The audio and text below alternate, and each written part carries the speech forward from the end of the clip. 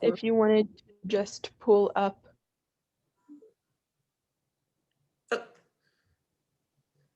sorry, Jesse, I don't know if maybe that was geared towards us or not. It is recording, so we will go ahead and get started.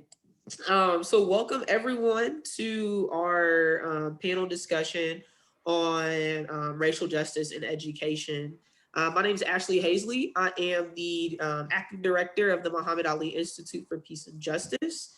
I've had the pleasure of working with folks at Central High School and the Muhammad Ali Center, and even folks on this call about how we incorporate racial justice into K through 12 curriculum. And kind of sparked my interest. Typically, I work with undergraduate students, right? We have our Ali Scholars program, but that's kind of like the interest that I'm bringing into the space, and of course, partnering with Sherry. So I don't know if you want to introduce yourself.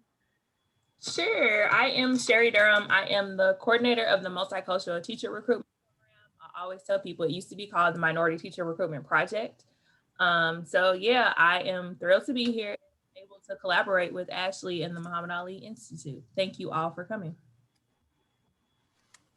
Awesome.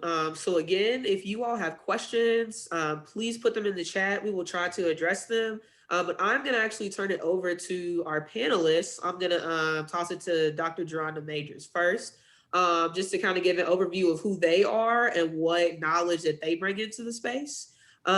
We asked that just for the sake of video quality, since this is a recording, if you aren't a panelist or Sherry or myself, that you just have your video off. We know you're here and you're present. But that'll just be really helpful for the sake of video quality. So Dr. Majors? Absolutely. I'm Dr. Geronda Majors, she, her, hers, and I am a principal at Knight Middle School, and I see some family on here, so shout out to Dr. Pasta, Patrick and Dr. Munoz and everybody.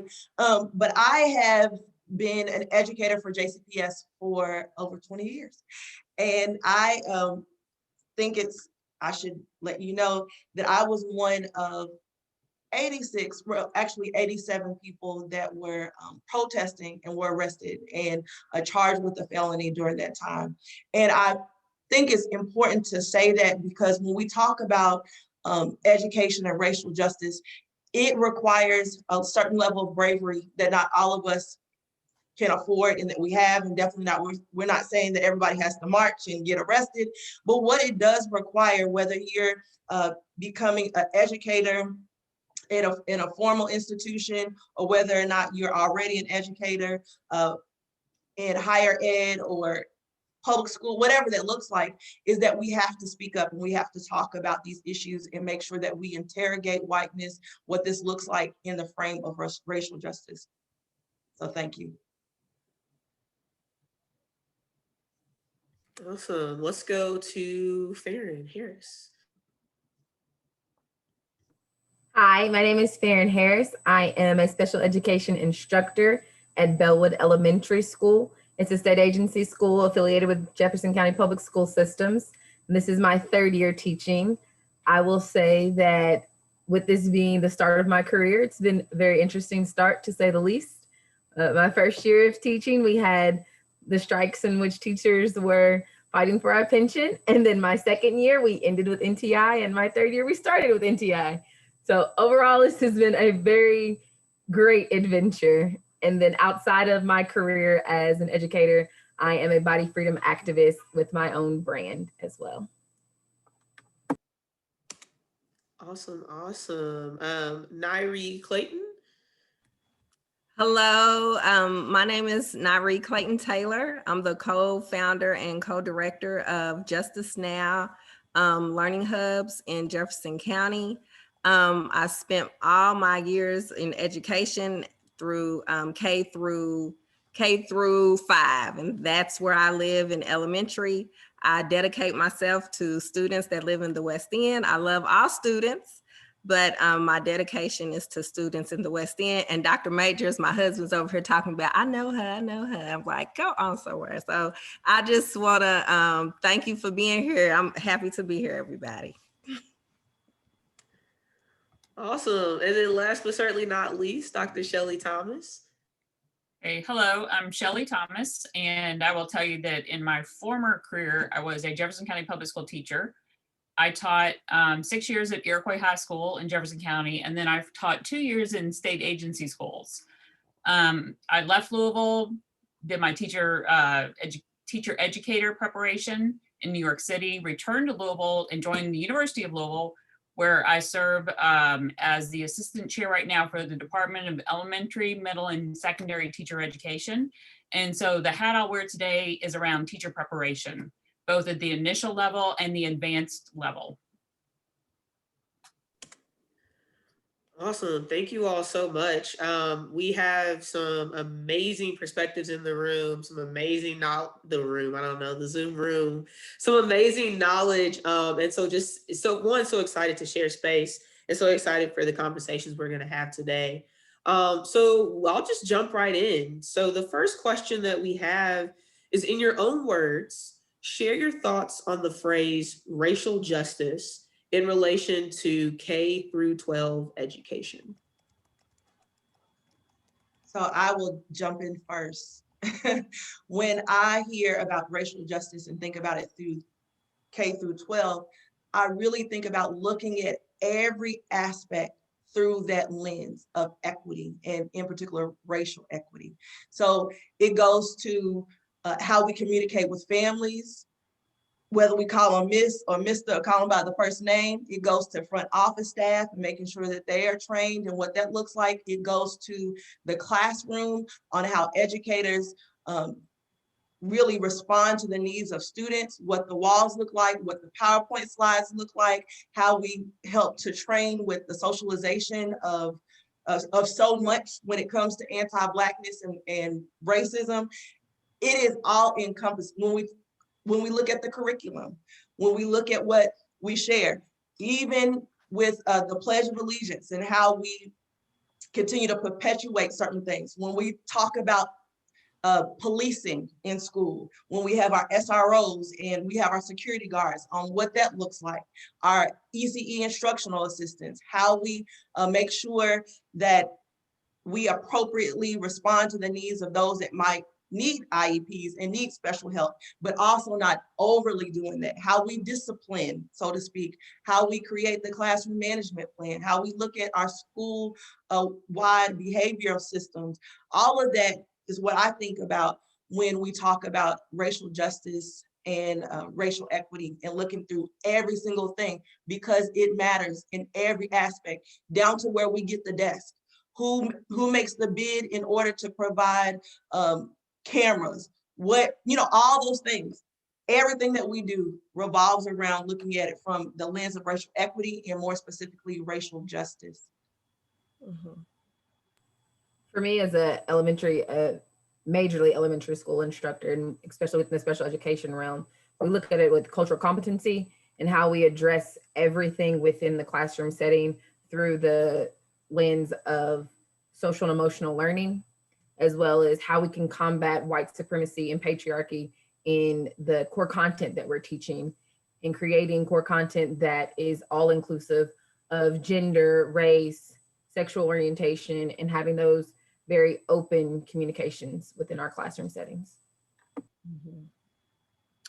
Mm-hmm. When I think about racial justice, what we're talking about, I just really think about dismantling white supremacy, and how our schools are, they're complicit, in that. And so it's our goals as educators and school system to counter that white supremacy and that in a K-12 system. And so to me, that means that we do away with language like the achievement gap.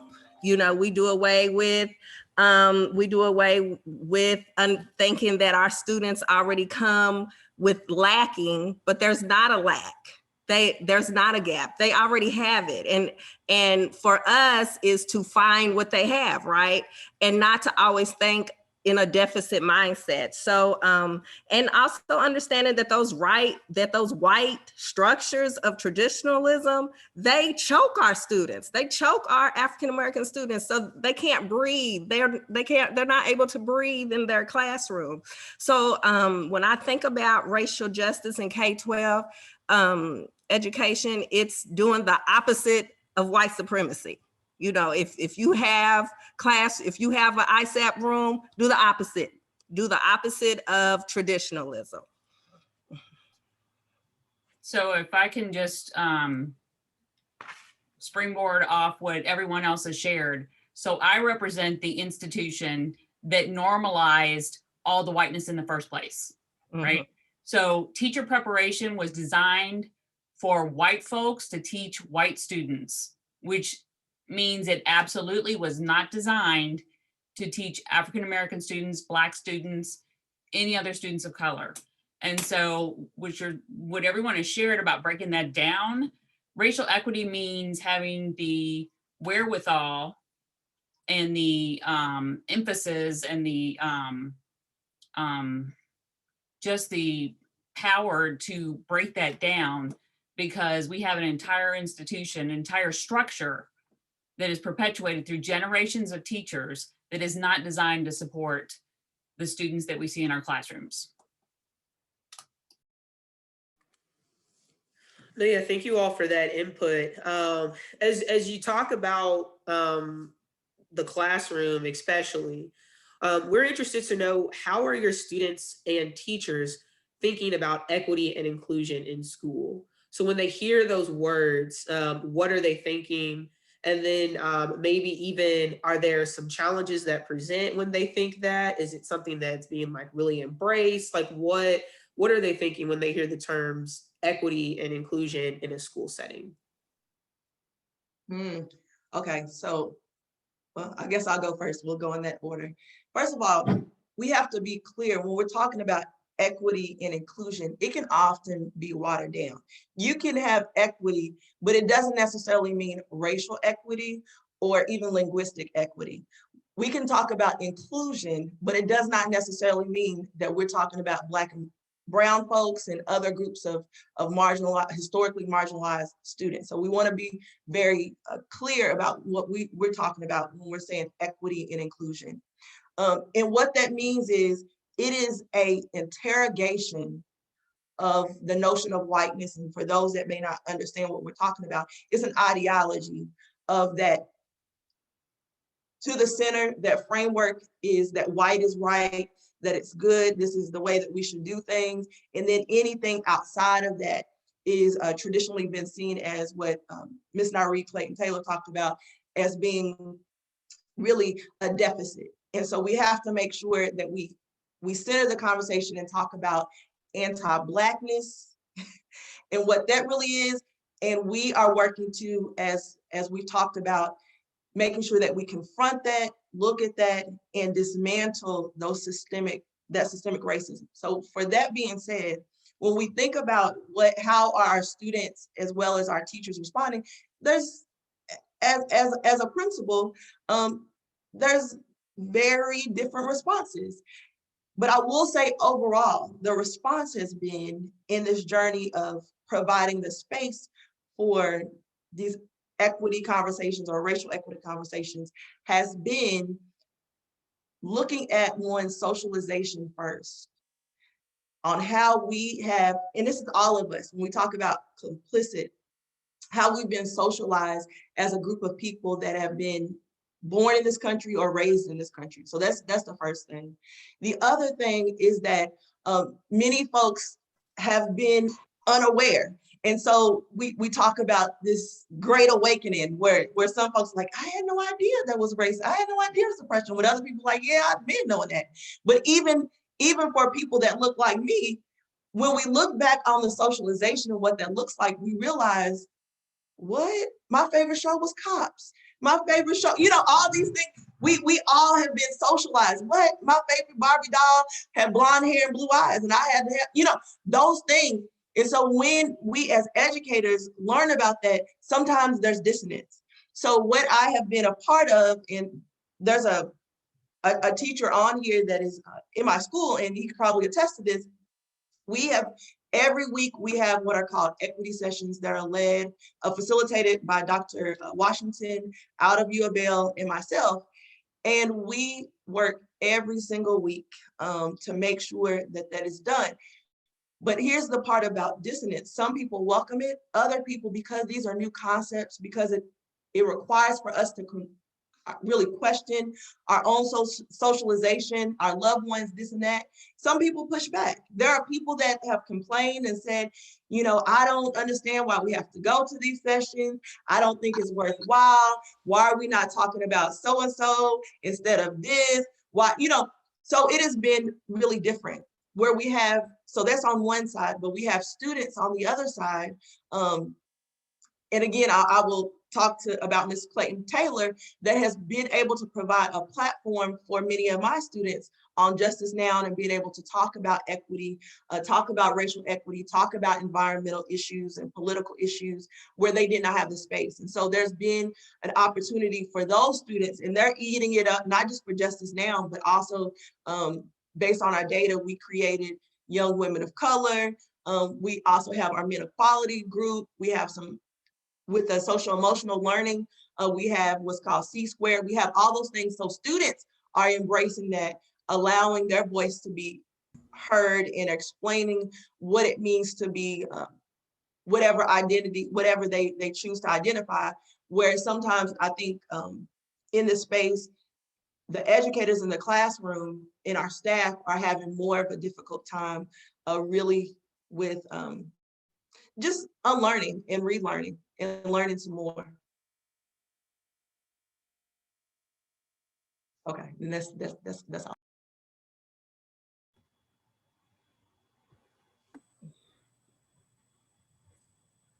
Double Dutch, huh? Well,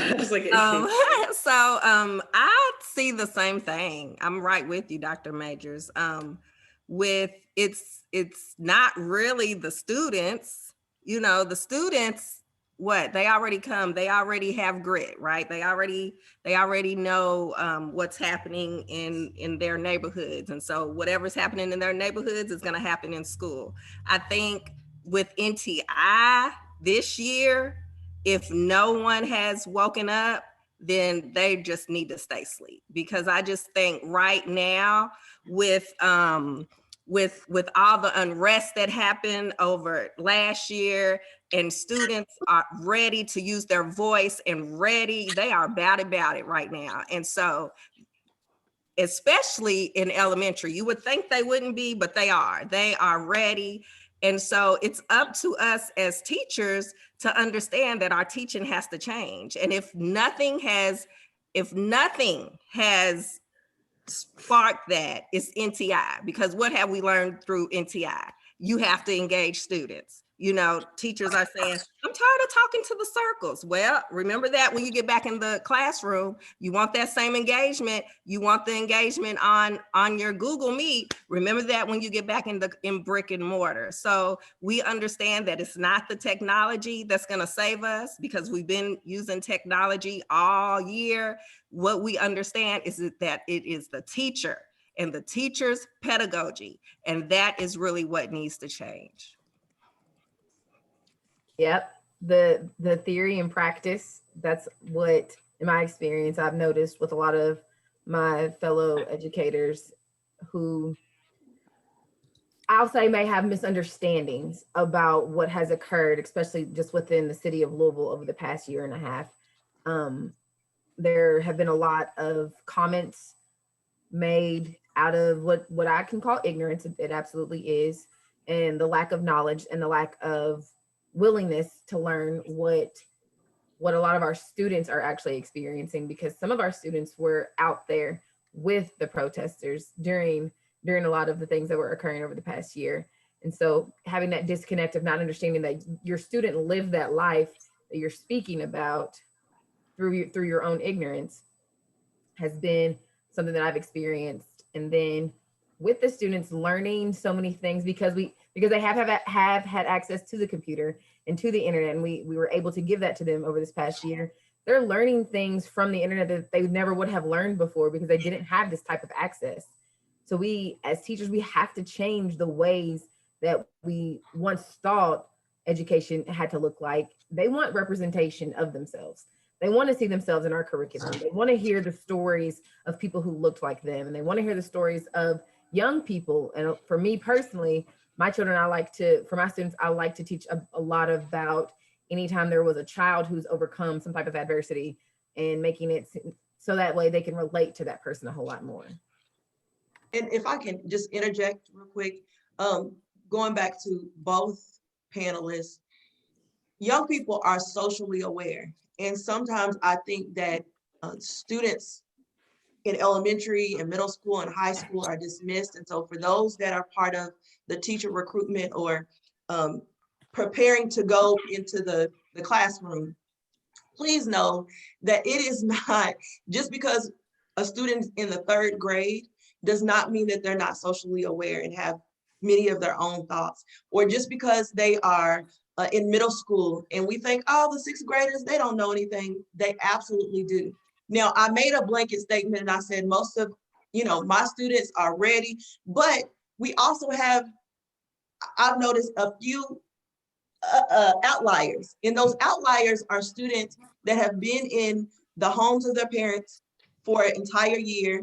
They have certain news channels and certain things on as they're doing their work, and their mom and dad are whispering in their ears, and they have a very different opinion about the world and what's going on.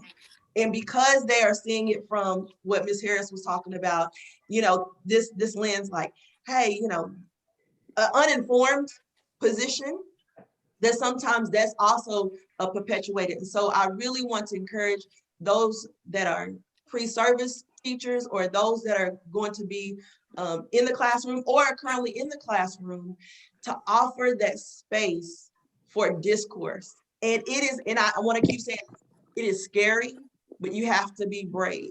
Because sometimes what will happen, as an educator in the classroom, we say, oh, we don't want this to get out of hand. We don't want to offend. We don't want to be political. Understand, everything that we do is political. The schooling itself, American schooling, is political. So that whole statement is out the door. But it really takes not just a discourse, a platform for that, but I will encourage us again to go back to researching socialization. It can't be a checklist. It can't be, oh, we check this off. Dr. Thomas told us about this. This is what's going to happen. And it can't be that. But it has to be something that's away from being performative to genuinely wanting to provide space and discourse for students when it comes to racial justice, when it comes to equity. And I think Dr. Thomas was going to chime in. What you got, Dr. Thomas? So I just kept thinking of everything you're saying, and thinking, so much of what you all are sharing, I'm seeing in the class of 20. So the class of 20, when they graduated high school, right? So I'm seeing them right now. And the way they describe their experiences, the way they describe, and I don't mean just experiences in NTI for the final, 6 weeks of their senior year. I mean their experiences over the summer, being part of the racial justice movement, right? Those are funds of knowledge.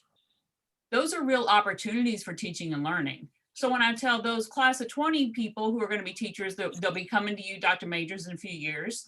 And I say, well, when you go to Dr. Majors, I want you in your interview to talk about how you can think very explicitly about, how do I support the Black and brown children in my room? How am I drawing upon their funds of knowledge? How am I actively dismantling my own whiteness if I identify as white? So that I am not, and I will use a phrase from Dr. Bettina Love, so I'm not a spirit murderer, right? And they are very comfortable with that language. Not all of them, but some of them are, right? So a lot of them they're using that language because they've been downtown, they've talked to you all, they're doing field experiences. I'm also thinking about the other group of teachers who, so I would be retired right now if I had stayed in the school system. Let me just lay it out there. But I switched careers, so I don't get to retire now. But the folks who are around my age group, right? We didn't get that conversation, and we were the ones that told them, don't rock the boat. You don't want to cause an uproar. You don't want to give them ideas, okay? And I remember principals telling me that when I taught my high schoolers. Don't give them ideas. What do you think is going to happen when you give them ideas? It's like they already had the ideas. I'm just thinking about how do we use the tools of the discipline to create change, not to quell those ideas which exist already and they have for decades. Absolutely. And when we think about education, education is not a tool. And I'm so glad that you referenced Dr. Bettina Love, and so many people are going to reference that. But education should not be a tool where you have a teacher that deposits, a teacher that has all the knowledge and that's it. A teacher that says, I have all the value and you don't have anything, and let me pour into you, let me tell you what it is. But it really goes back to Dr. Thomas, what you're talking about with really making sure that we guide those conversations, that we're a facilitator and we allow that. And there was historically, up until last year, a time when we said, let's keep the status quo, let's keep our heads down. Even as Black folks in education, what we were often conditioned and socialized to do. I see somebody in the chat put the code switch. You're gonna code switch. You're gonna wear your hair a certain way. So we had to have, the permed hair and have the suits on, and all that rigmarole that had nothing to do with whether or not we were informed and that we had our masters and doctorates and all that kind of stuff. But it was ways in which, for us, and I get it, it was survival, but those are ways to quell and to stop what we know needs to happen. And so when we talk about Dr. Love, that's abolitionist education or teaching. When we try to truly intentionally disrupt and dismantle systems. And when we say whiteness, we're not talking about, again, it is against white folks, or that we cannot respond to the needs of our white students in our classroom. But what we want to, again, talk about is an ideology and making sure that the center is not always whiteness, and that there's an acknowledgement that everybody, whether you identify as Latinx or Asian American or the indigenous population, everybody has value, everybody has a part to play, and it needs to be affirmed. And we need to, as people, think about how we show up when we're meeting the needs of our students. And you're exactly right. 2020, they're going to have a completely different perspective. Not all, but many will have a completely different perspective about the world than in 2000 because of where we are. And what we can do, we can reduce this to a hashtag and a trend and a moment right now, or we can start pushing it forward and making sure that those educators that we prepare and those educators that are in the classroom, they are truly living it, providing that space for young people, culturally responsive pedagogy, cultural confidence, and the likes, and being humble and listening to students, because we don't always have it. And so I think those are very, very important. Thank you. I just wanted to add to what I get so passionate. I'm sorry. Go ahead. No, that's fine. I just wanted to add what Dr. Majors was saying of making sure that our students feel heard and feel seen.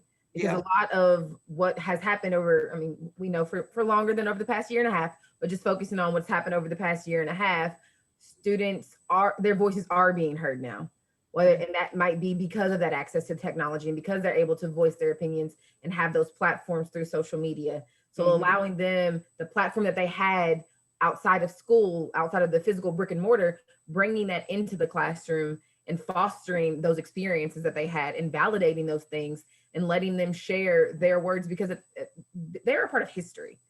They might not know it as that, and they may not see it as that, and some of them may, but they are a part of what we'll see in our history books, giving them that space to be those first accounts of what occurred.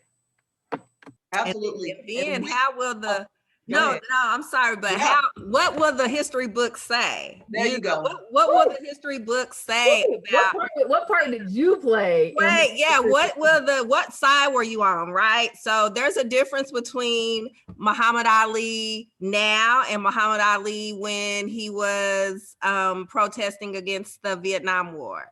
So how is it that How are you going, what are the history books going to say about the BLM protest versus the attack on our Capitol? You know, so they're going to be living witnesses, right? They'll be able to counter whatever is going to be told. It's on television. They were able to, they are TikTokers, right? So we have to understand that they have those little computers in their hand. Even if they didn't have the laptop, they got their iPhone. And so where my generation, we saw Rodney King, they've seen it. They know Breonna Taylor. They know everyone that what has happened, you know, and they understand the hashtags. They understand they can manipulate this technology. So they'll be able to really, really tell the truth about what's happening. And I just think everything is a perfect storm. And there was a reason. There's always a reason. And it was a pot that was boiling over, and something has to come out of it. And hopefully what comes out of it is more racial equity. And like you said, Dr. Majors, and like you said, Farren, just not centering whiteness. Not to derail from the questions that were pre-sent. It's okay. That's how you know. Sherry, my bad. That's how education works. Each one of you all have like talked about and referenced different components of what I understand to be critical conscious pedagogy and like how it shows up within education. And so I don't know if any of our panelists just want to like give a brief overview of what that is, how it operates in this idea of like, we aren't experts that come to pour into an empty vessel. And I love, Nyree, when you were talking about like, these students will be in the history books. They are a part of history, and like, how do we really center that? So yeah, just if anyone is willing to just talk briefly about critical conscious pedagogy and just maybe how it plays a role in racial justice. Absolutely. So it provides a platform for young people and actually educators to critically dissect what you see, to not necessarily take everything that they have consumed as if it's good. It's the same way with eating. Just because I put a plate in front of you does not mean that it's the right foods for you, and nor does it nourish you. But to look at that plate or that curriculum or whatever's been provided and saying, I have to make some healthy choices for myself and critically think about that, which is very different, going back to what Ashley talked about, going back and just to this empty vessel of just pouring, and you need to accept it and you need to take it. So if I gave everybody hot dogs every day, just because it's there does not mean that that's the right thing to nourish the body. It's the same way with the curriculum, to provide a space and to teach young people how to critically think. And that's the part with critical conscious pedagogy, on how to do that when they're looking at literacy, when they're looking at the math curriculum, when they're looking at social studies and science, and being able to provide that space. And going back to that, yes, young people will be in the history books, but also we will. And it goes back to, what side were you on? How did you take this moment to advance and to push it forward? Or did you take this moment to be silent or to ignore or to push it back and to keep the status quo? And I think that's important. And with critical conscious pedagogy, it's scary. And I keep wanting to say that because we have been conditioned, whether you are in your first year of college or whether you're in your first year inside the classroom, we have been conditioned that whatever the teacher says is right. We've been conditioned that you have to make sure that you're quiet and you don't question anything, you don't critically think, and to allow third graders and sixth graders and 10th and 12th grade that space to do that, for us, can be scary sometimes. But allowing, and it takes this, the term culture and humility, it really takes humility, and to sit back and say, I don't know everything, but let's look at it. Let's interrogate this. Let's dissect it. And that's the importance of talking about critical conscious pedagogy.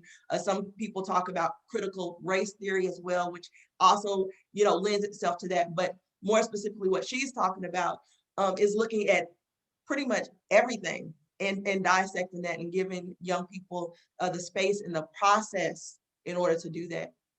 Mhm.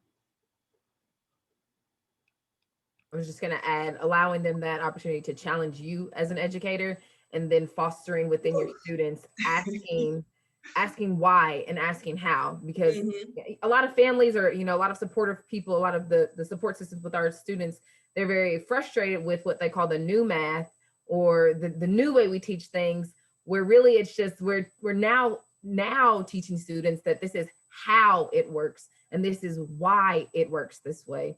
So if we're doing that in our curriculum, giving them that space and that opportunity to ask that of you as their instructor, well, how did it happen this way? Or why did it happen this way? Like I said, giving them the space to challenge you. Mm-hmm. Challenging also definitions and that educational jargon that we always use, norms. Well, maybe agreements, just challenging how students walk down the hall, hands behind your back, bubbles. Yep. Look like, and so it's hard because you have your school that's brick and mortar and it's traditional. And then then your teachers want students to be compliant. But when you throw in that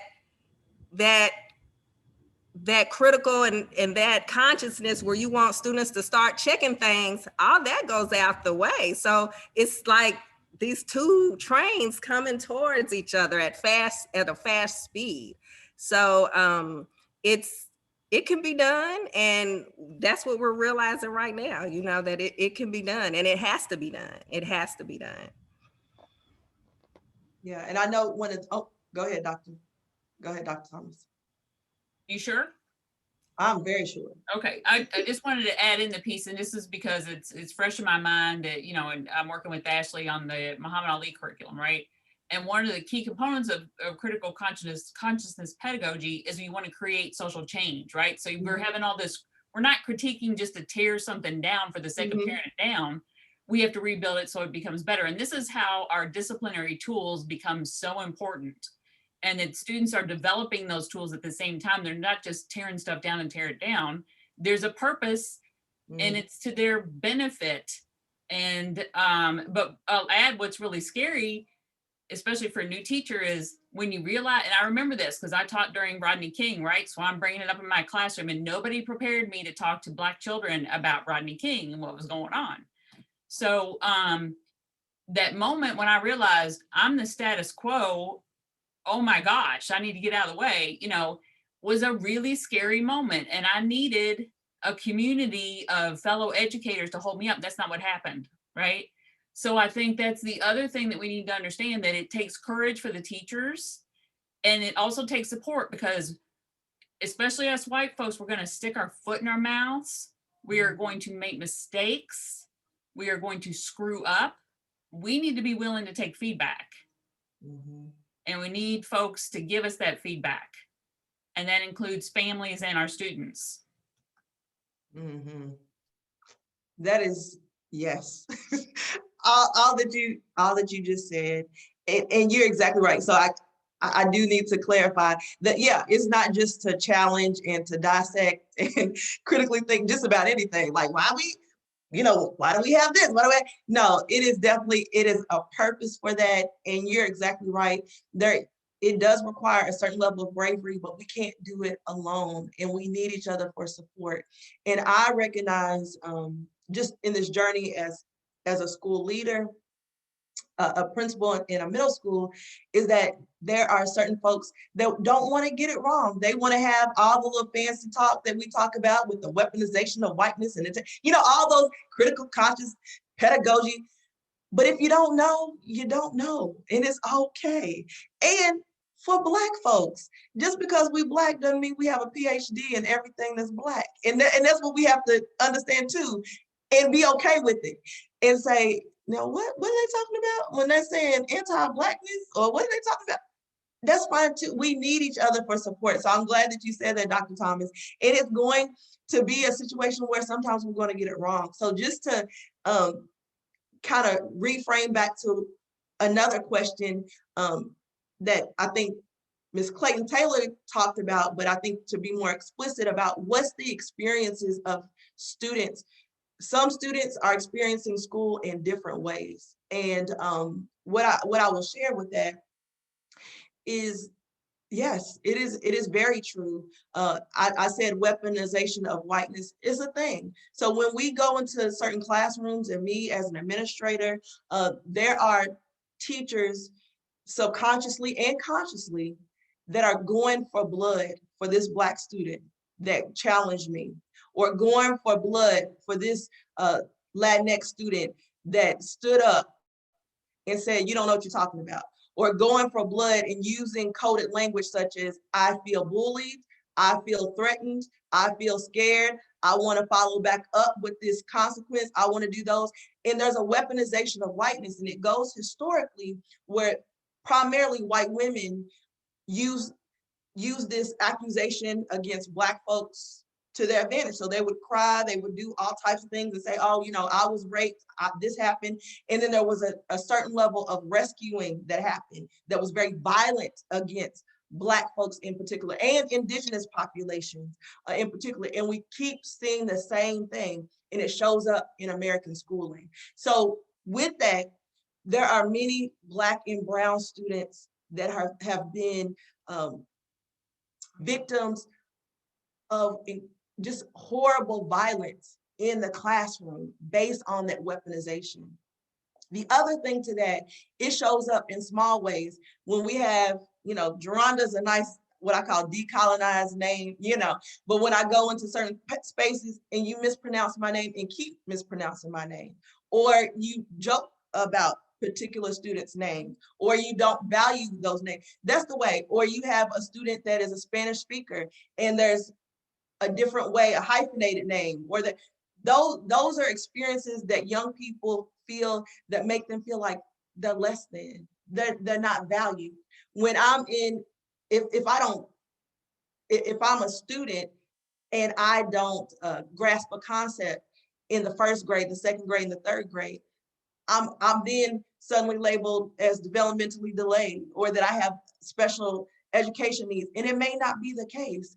All those experiences have shown up, and the experiences for particularly Black and brown students have been very different than other groups of students, and we have to be aware of that. So as educators that are being prepared to go in the classroom or are in the classroom, we have to be conscious of that. And those that are administrators, or those that are deans and professors and all types of folks that do support at a district level, we have to constantly bring that up and bring people to know, to help them to be aware when they call, you know, blind spots or whatever, or implicit bias, to be aware of how that can show up for students in the classroom. It can be very violent for them.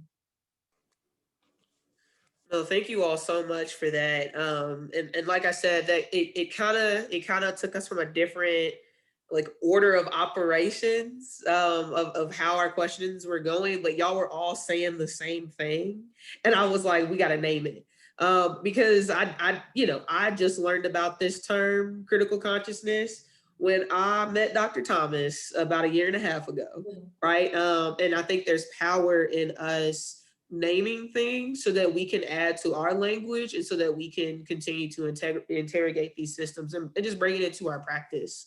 So I'm gonna hop back to the questions. So I think maybe this lends itself really well to this next one of during the teacher preparation and education process. How do you or should you encourage future teachers to challenge general assumptions about student subgroups? So kind of an example of that, if like kind of maybe challenging gap language that is associated with only certain types of students, or students all from a certain zip code, they end up all looking like one another. Just how do you challenge those general assumptions during the teacher preparation and education process? Wow, that's a great question. And important. I'll go. You want to go? Yeah, because here's the thing. This is what I truly recommend for those educators that are preparing to try to get into as many courses as possible.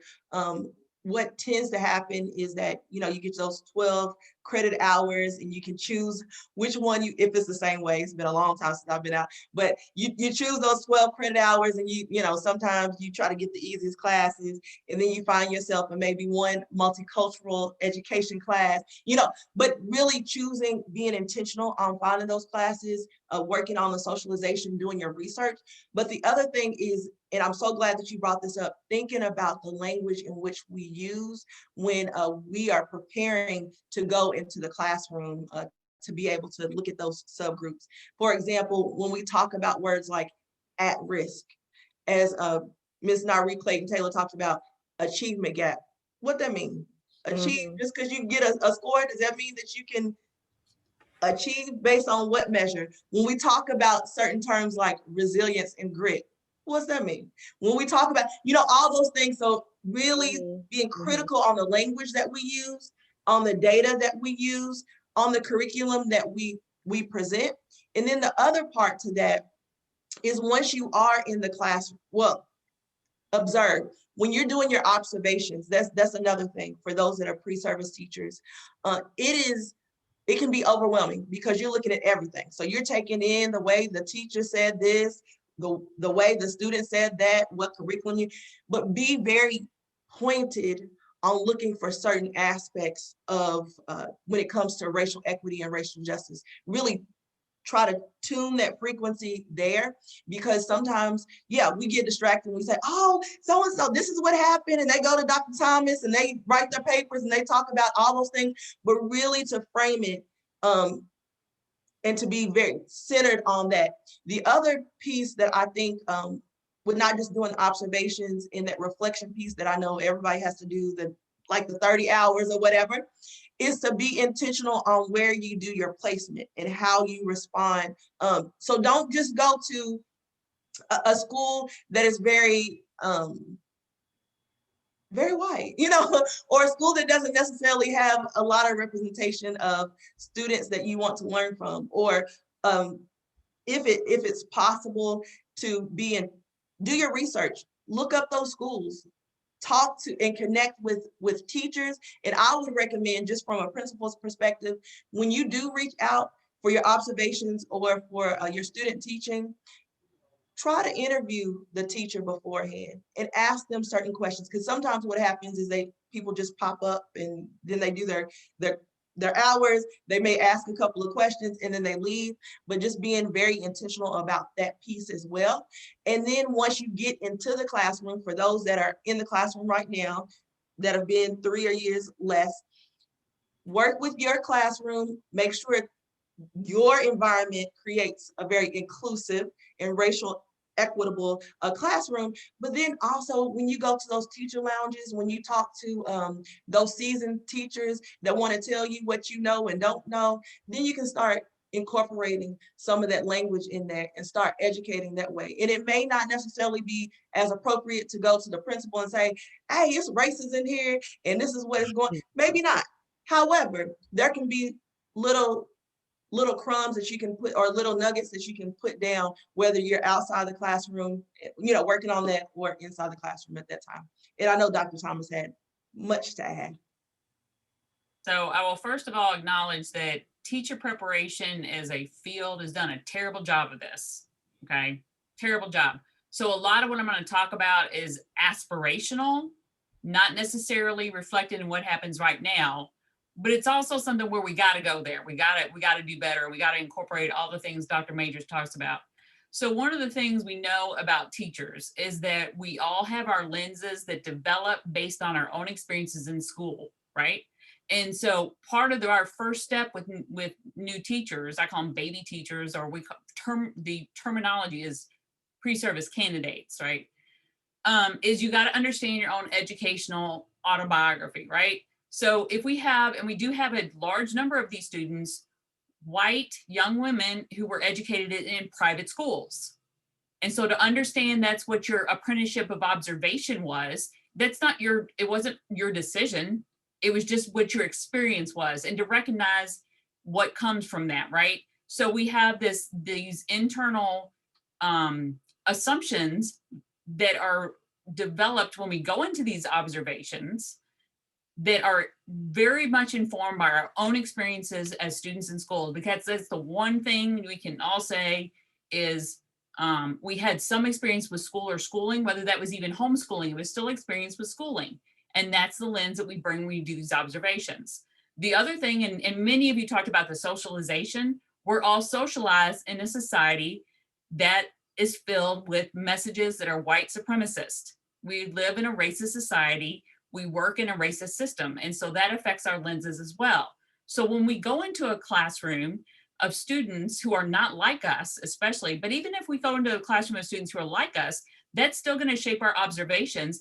And we tend to make these snap assumptions. And part of that is because of how we've developed, right? It's advantageous for us to be able to make assumptions quickly if we have to run, because it's a dangerous situation, right? If there's a big animal coming after us, we have to be able to run. We have to make that assumption quickly. So to understand and slow that process down and now be very intentional about it. So one of the things that we're exploring right now, and I'm going to give credit to the University of Michigan. So the University of Michigan Teaching Works has recommended that, especially when you work with pre-service teachers, that you're very intentional about creating the mindset that you go in and you do these early experiences, right? So your early experiences with children, with students, and I work primarily with high school students. So my early experiences with high school students, when I was a teacher, I was making all these assumptions based on my own schooling about motivation, about who could learn, about what they were doing there in the first place, about what they were going to do in the future, right? And so instead, to kind of understand that and be more intentional, it's slowing it down a little bit and using that reflection process that's always been part of teaching around the new framework. So the framework we're using that comes from the University of Michigan actually emerges from a scholar named Tara Yoso, and she proposes the idea of community cultural wealth. And so using a community cultural wealth model, now if your observations are guided by looking at a community and seeing what the wealth of information, right, the funds of knowledge, the skills and abilities that students have developed by living under systems of oppression, that's an entirely different way to create an understanding of the learners in the room. Like I said, that's aspirational. We're working on it, but that's the direction we need to go. We need to reframe those deficit perspectives that come from a very complex system. That just gave me chills. I think along with that is finding those type of teachers too, right? And merging those baby teachers with those teachers. And I will, you can use Justice Now, because with Justice Now, we have a lot of those teachers that do not think from a deficit mindset. So then here's opportunities for these pre-service teachers to get into some of these schools that have these type of teachers where they can learn to look at students. Oh, okay, so she's doing the nay-nay. Well, what can I do? How can I use the nay-nay in my curriculum? You know, so I think that's a wonderful opportunity. And I know we're supposed to be talking about the question, but I couldn't help but make that connection, and hopefully that we could talk and get that together. For pre-service teachers, definitely observing the school climate as a whole. So how do the teachers interact with the students within their classroom, but then also how do they interact with the students in the hallways? And how do the principals interact with the receptionists? and how do the APs interact with the art teacher, just looking at how everyone is interacting, observing those interactions with them, because the students are observing those interactions that the adults are having. So you as the pre-service teacher taking note of what kind of climate the school is presenting and how that's affecting the students within the classroom setting. 100%. Thank you all so much for that for those answers. Nyree, I'm trying to figure out about Justice Now. Trying to figure out how we collab. So you probably got email from me a little bit later. Okay. But we have one more pre-prepared question. And then we're going to open it up to questions from the chat with my colleague, Sherry. So our last question, and I feel like it's a little bit of a doozy, but can you speak on the level of control that K through 12 instructors have when it comes to the content they teach and how they teach it when it comes to integrating racial justice? I see Farren smirking. Dr. Majors, did you want to? Yes. This is one that is a misconception. There's a misconception that we have standards, and so therefore we have to only teach that and teach it that way. And that's not the case at all. So if we think about traveling to New York, that is the destination. So that is the standard. Whether you go to New York by plane or bus or train or car or anything, is really up to you. Now, I will say that there are certain curriculums that we pretty much have to stick at, depending on which school. You know, they might have this curriculum, that curriculum, but in Jefferson County, it is about standards-based instruction more than anything else. So I bring up the analogy about going to New York in the vehicle. So the standards and where you can go, that can be the destination, but the vehicle can be the curriculum in using that racial equity framework, whatever that looks like. You know, we talked about anti-racist framework, all those things. Those can be the vehicles in which you get there. And sometimes what educators in the classroom will say and have said to me that, no, we can't do that because our social studies standards, or no, we can't do that because of our science standards.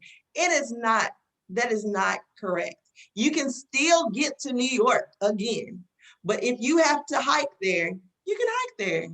You can do, the same thing. So you do have a certain level of autonomy, not always, but it's pretty flexible. So for those pre-service teachers, those educators that have not necessarily taught in the classrooms, I know that some of you may be discouraged, like, yeah, we learned all this from Dr. Thomas and others, but when we get there, it's going to be a completely different thing. Know that at least at Knight Middle School, so if y'all want to come in, yeah, okay, I can start recruiting, but know that whatever it is, you still can incorporate those strategies. You still can incorporate that language. You still can critically think about how this applies to whatever the content area.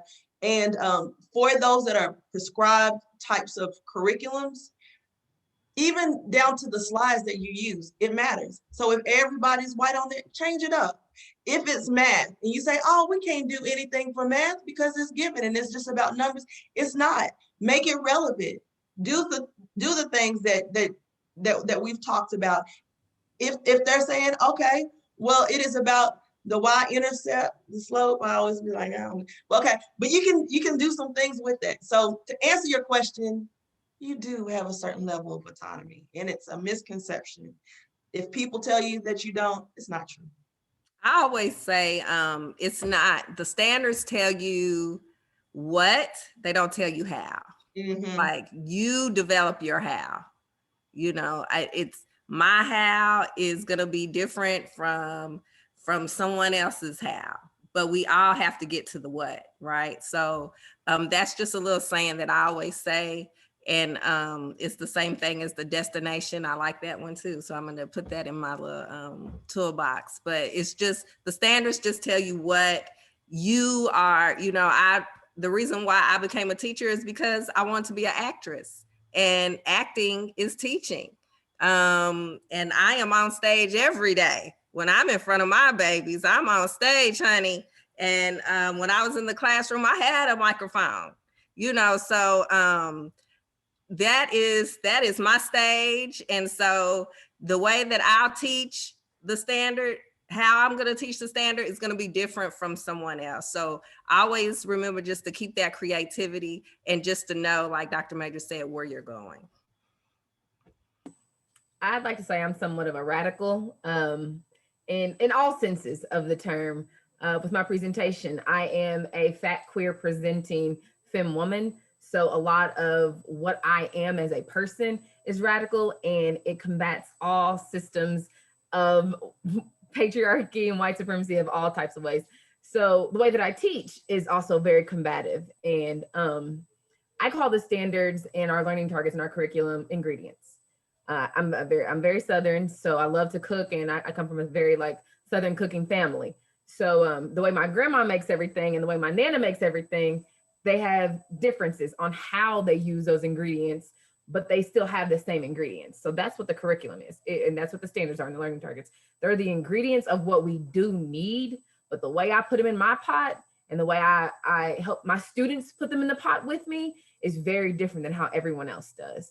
So, my students I teach them first things first, advocate for yourself. If you don't believe in it and it doesn't align with what you think, tell me why. If you don't think that it fits to what makes sense to you, tell me why. Explain it to me, because your experience is very valid.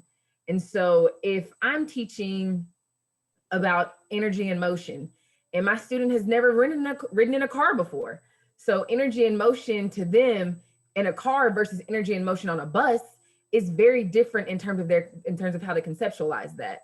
So making everything based off of what fits your students. And I do have a lot more autonomy, I will say, in the sense of having a different set of classroom settings and a different set of students that I work with. But in any classroom, whether you have 15 kids, 5 kids, 30 kids, as the instructor, it is your goal to make sure that each of those students are getting something from that lesson, but it's up to you to show them how they can get something from that lesson. I love that. And I love a good analogy. Now I'm hungry. Now I'm hungry. I want to go to New York and I'm trying to be on stage. Well, that's all of our pre-prepared questions. So please drop questions in the chat. I know Sherry already has a couple of questions. As we go into questions from the chat, I'm going to drop in a feedback survey, everyone's favorite thing. So if you all can be still listening and putting questions in the chat, it's a 3-question survey, so that Sherry and I have good feedback on how to move forward with our partnership. Thank you. So one of the first questions we have is from one of our professors. Basically, it says that they feel very comfortable digging into whiteness in a classroom full of white students, but I struggle making sure my students of color feel comfortable, safe, and valuable in those discussions, and also that they feel like they benefited from it, were engaged meaningfully, and weren't just sitting there while the white students talked about race. Any suggestions or thoughts to help with that?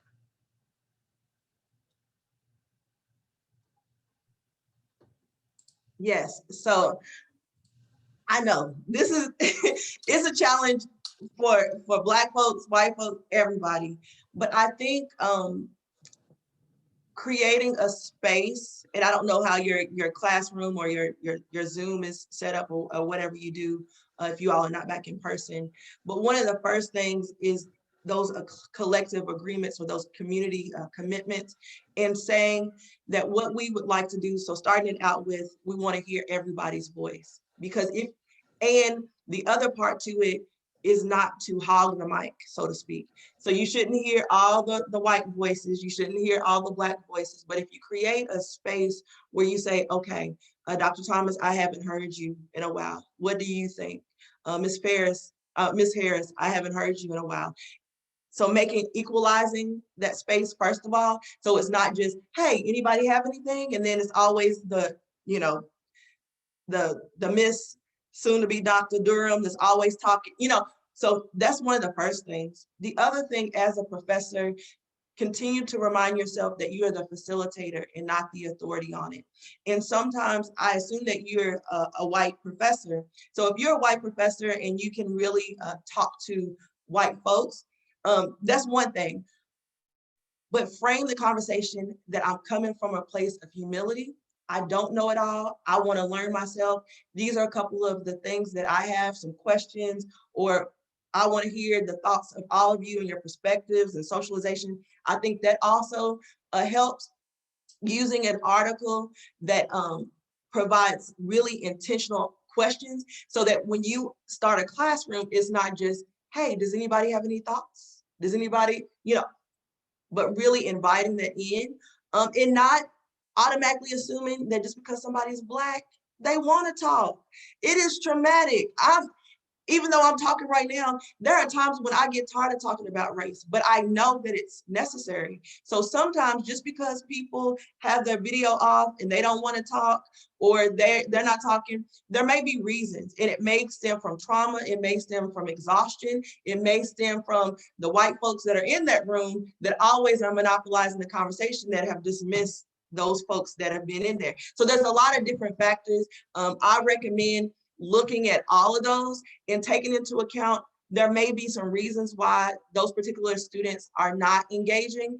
And if that's the case, ask them, have a relationship and talk to them. So it's not just you singling out the Black people and you just want to talk to Black people, but just have those one-on-one conversations with folks and say, hey, I'm glad that you're contributing. Are there ways that I can better facilitate? You talk to the white, the Black, the brown, whatever, and then that will help, I think, help you in figuring out how you want to form the conversations within your classroom. Mm-hmm.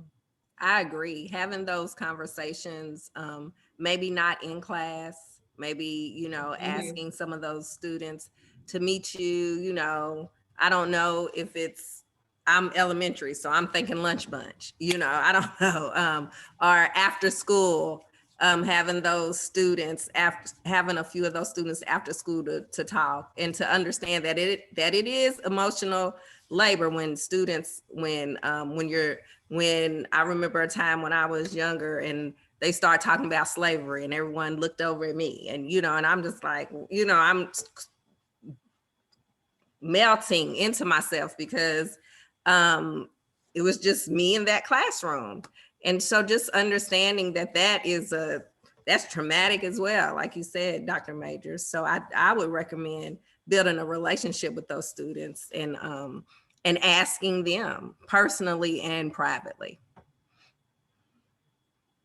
The strategies I like to use in my classroom to discuss things that may be difficult to discuss are the parking lot.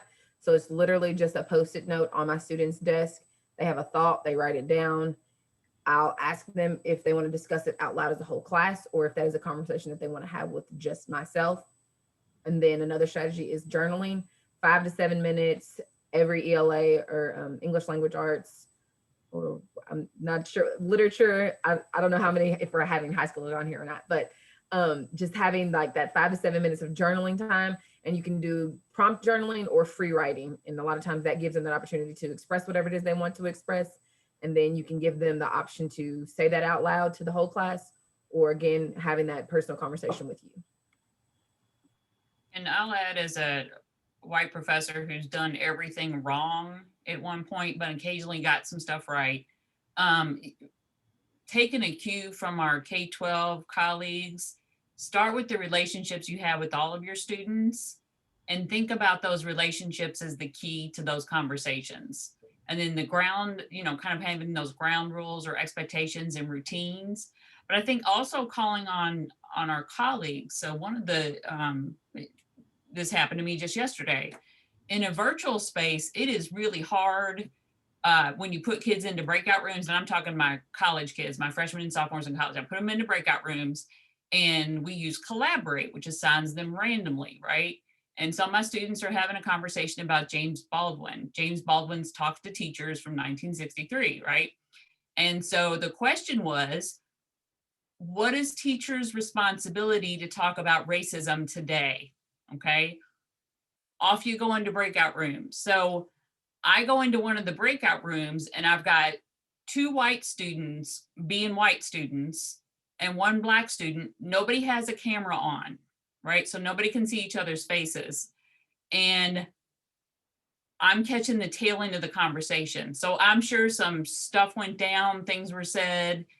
I have no idea. I can't read the room. My normal cues aren't there, in other words. So I can't tell.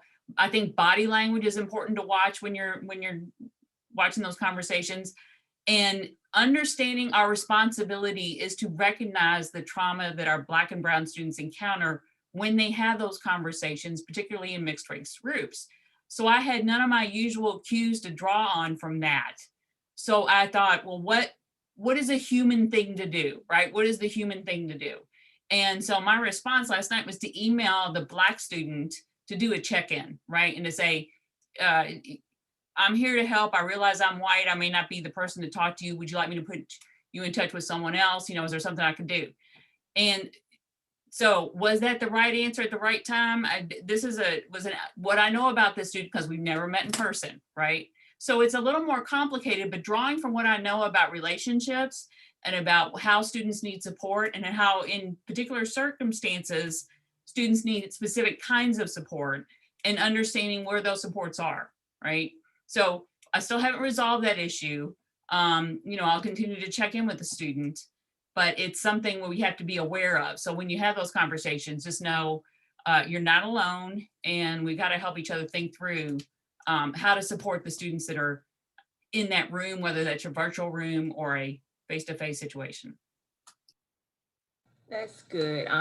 This is interesting. The question that we just got in the chat is kind of leading into what I was going to ask the question about. So someone said, what should future teachers do when professors and teacher prep programs are perpetuating racism? And to go along with that, something I have noticed, so in my role, I attend all the department meetings, whether you're elementary, middle, secondary, special ed, all of it. I go to all of it. So something that we've discussed, and Shelley, you can vouch for this because you've been there, in some of these meetings, we don't have, and I'm not saying this to bash our program, we don't have classes that teach you how to teach students from populations. Now you might get pieces of that content in certain classes. And I do not come from a teacher background. I'm a college student personnel. However, I'm a very practical person. So when I hear that, and now I think like I'm having a child, that concerns me for people who will be teaching my Black child, that you're not prepared to teach Black and brown children or from whatever ethnicity that they may be from. So it kind of goes hand in hand with what someone said, like, what should we do when we have professors in teacher preparation programs that perpetuate racism, whether it's intentional or not? What should we do? Can I add to that? Respond to that? Please. Yes. So I'm going to give you what I believe our responsibility from a district and a principal position needs to be, is that we have a responsibility to force teacher preparations to be better.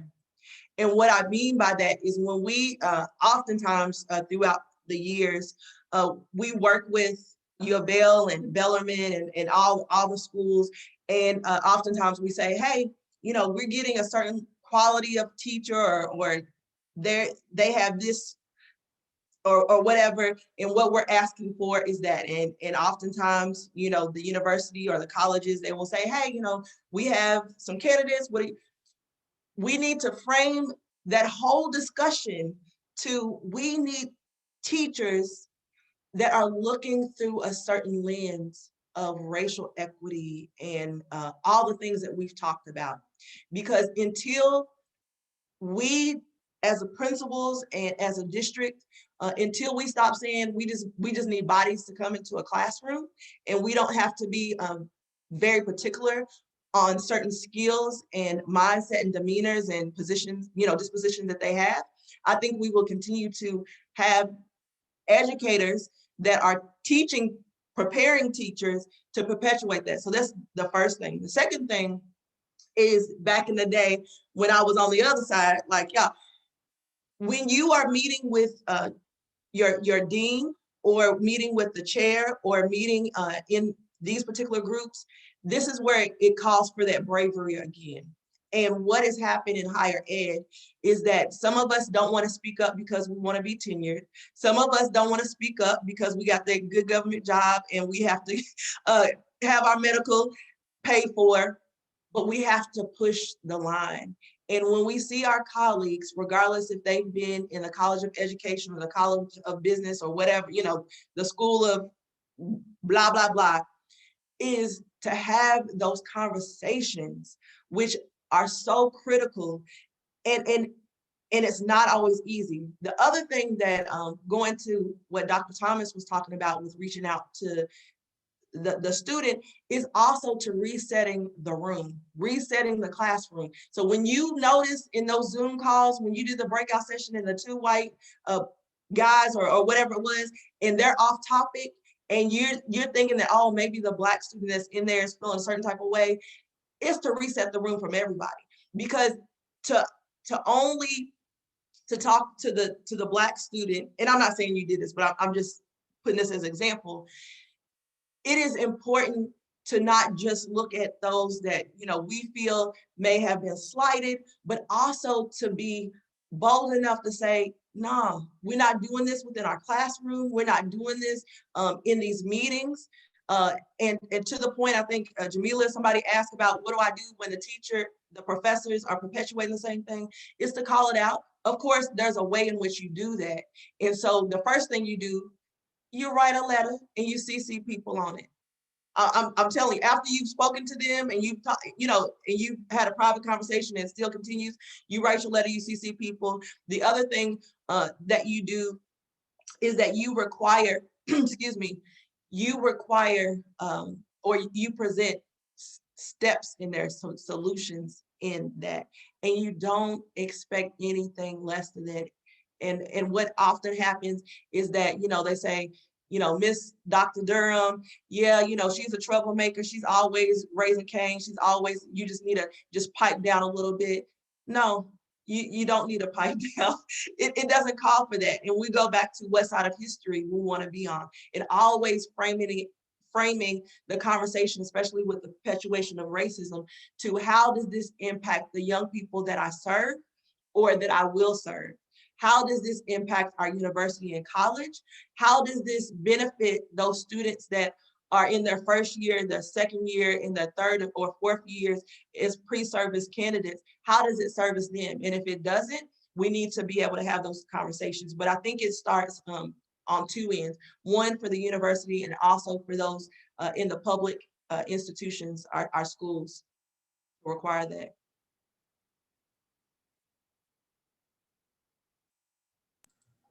We have another question if no one has anything to add to that one. Really good question. How do you respond to parents who don't want teachers discussing racial justice and equity with students? I've actually been interested in that myself. How do you navigate that when you have your parents telling you, I don't want my child learning this? Yeah, so, okay, I talk enough, I'll tell you, but go ahead, Ms. Clayton Taylor. Okay. Well, I don't want to mention the school, but I worked in a rural area of town for 14 years. And so it was hard, right? Because that group that I was working with loved me, but didn't love all the time that I would use Maya Angelou or, you know, some of the works that I would use. So one of the things that I really had to do is, just like when I'm teaching in the West End, is that I really had to build relationships with those parents. They had to know me. And so once they knew me and understood me, then it was easier for me to kind of start talking about those racial injustices. You know, you kind of had to start where they were, you know, and so it was hard and it was a struggle. Sometimes I would get shot down, but I had to realize that the school that I was at had had a lot of African-American students, and I had to be the voice for them. And so I would invite those parents in my classroom to come and to facilitate with me, to talk. We would have conversations. I would make sure to, one thing I know that the principal at that time was good at doing, since we serviced a lot of students in the West End, we would go to the neighborhood church and invite the parents from that part of town to that church to meet some of the parents. And so it was just a way for us to kind of get along. But it is hard. It is hard. It is hard. It is hard. It is hard, and it's not easy. But also having being able to have that discourse, I think you need to be able to have that yin and that yang, right? You need to be able to have someone who is on the right and someone who's on the left, so you can kind of agree to disagree and to use those use that to teach. Why do you think this way? Why do you think that way? Why is Muhammad Ali great all of a sudden? And a few years, and like I said before, he wasn't during the Vietnam. And are you know about Martin Luther King, but do you really know about Martin Luther King? You love him now, but do you really know about what he said? Do you understand? And then bringing those aspects out. And then I just want to bring Dr. Cornel West into this. I love Dr. Cornel West, and he was talking to Tucker Carlson, I think. I don't know who it was, but he just dismantled him in a loving and kind way. And it was so beautiful. It was beautiful. And the way that he talked to Tucker, he took the color out of it and he made it about human. He made a human connection. And here is Tucker agreeing with Dr. Cornel West. Now, what in the world? So if we could just get to the humanness of us, it can happen. So if I could offer, there's actually a number of folks I believe that are in here who've done this really well. And this is where the standards can be your friend, especially if you're a new teacher, right? So talking about issues of race and racism, you can look at primary source documents. It's all right there, right? And you can create lesson plans that are standards informed. And I'll use the language standards informed rather than standards driven. You can do that and justify your instructional decisions within those frameworks. You can also think about policies in place which inform instruction around race and racism, okay, and around racial equity. So for example, the policy that Jefferson County has now around the racial equity policy will drive some of that instruction, and you can embed a lot of your decisions within those policy frameworks. And that's where policy can be your friend. We want us to still think about how we can do better, right? And we want to break down those policies that don't serve the kids' purposes, the kids' needs. But there are some that you can use then, especially when you're a new teacher, that can be a real support structure for you to think about and to return to. I remember, parents coming to me when I was talking about different topics and, Rodney King or what have you. And this was just before the standards movement, right? And so I was a little tongue-tied and didn't know exactly how to frame it. But I had some very knowledgeable older teachers who gave me language where I could talk about how this supported my students learning for critical thinking. Everybody wants students to learn to think critically, don't they? Nobody will tell you they don't want students to think critically. And so the way I would do it, and I had to be much more intentional about that, I learned my lesson, is to be very intentional about how you do it. You're not just going to randomly become, an orator on racial justice, and that's your tirade that you're going to give your students. Instead, you want to think about how can you develop those skills and that knowledge within the lessons that you create.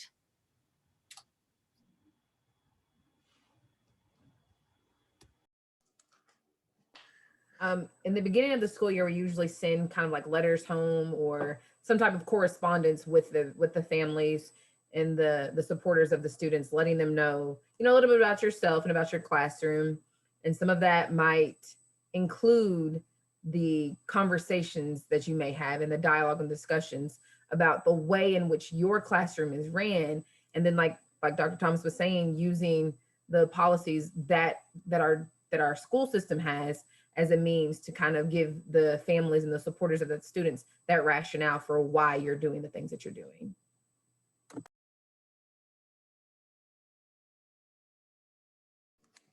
Awesome.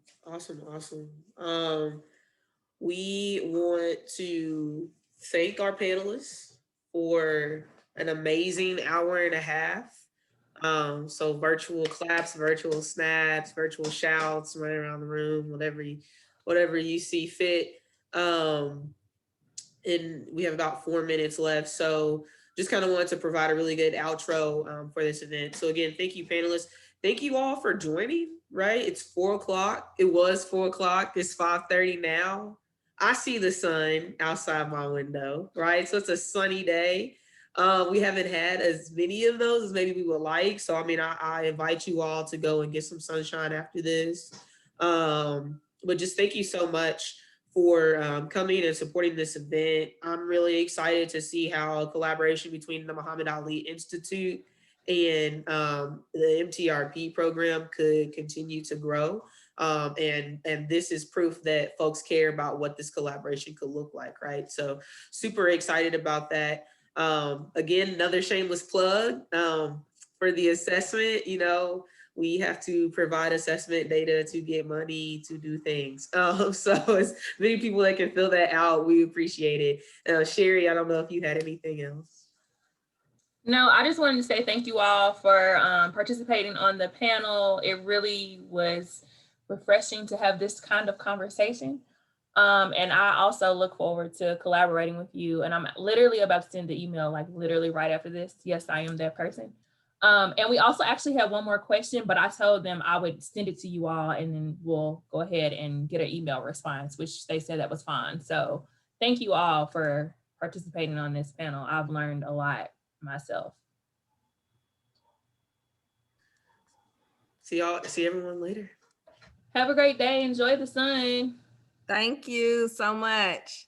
Thank you. Bye. It was nice meeting everybody. Thank you. It was so nice meeting you Likewise. all.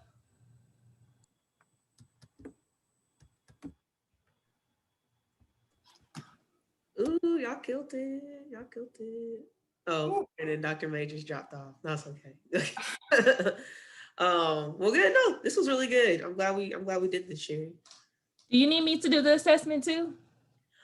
I mean, if you want to, I guess that's fine. I'll do it to help out. I don't mind. Alec, I see you raised your hand. Did you have something? It was just a question concerning Dr. Thomas. Dr. Thomas, you work with Dr. Howell, correct? Yes. You do? I do. Will you be sending out this recording via email by chance? I can do that. That'd be pretty helpful because I know